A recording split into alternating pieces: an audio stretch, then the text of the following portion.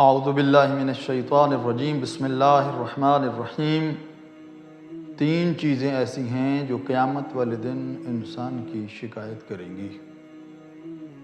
وہ کون سی چیزیں ہیں؟ سب سے پہلی، آپ کے علاقے میں، آپ کے شہر میں، آپ کے محلے میں موجود وہ مسجد جو ویران ہو، اس میں کوئی شخص نماز نہ پڑھتا ہو، قیامت والے دن وہ بارگاہ پروردگار میں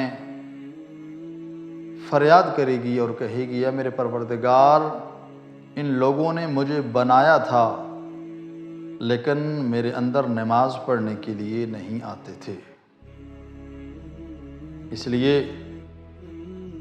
انسان کو چاہیے کہ کبھی مسجد کو فراموش نہ کرے۔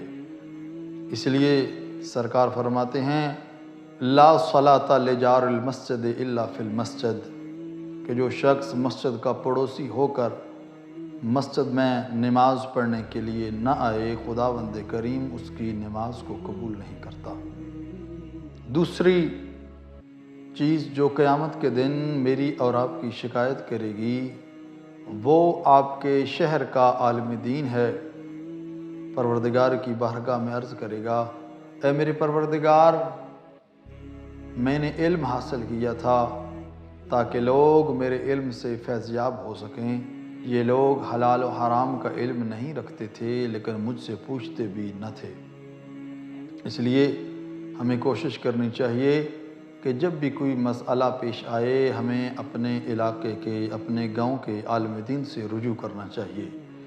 اور تیسری چیز جو خداوند کریم کی بارگاہ میں قیامت والے دن فریاد کرے گی، وہ قرآن مجید ہے، جو انسان کے گھر میں موجود ہو، اس کے اوپر گرد و غبار پڑی ہوئی ہو، پروردگار کی بارگاہ میں عرض کرے گا، میرے پروردگار، اس نے مجھے خریدا تھا، میں اس کے گھر میں موجود تھا، لیکن اس نے اتنی تکلیف بھی نہ کی کہ مجھے کھول کر پڑھتا اور ہدایت حاصل کرتا۔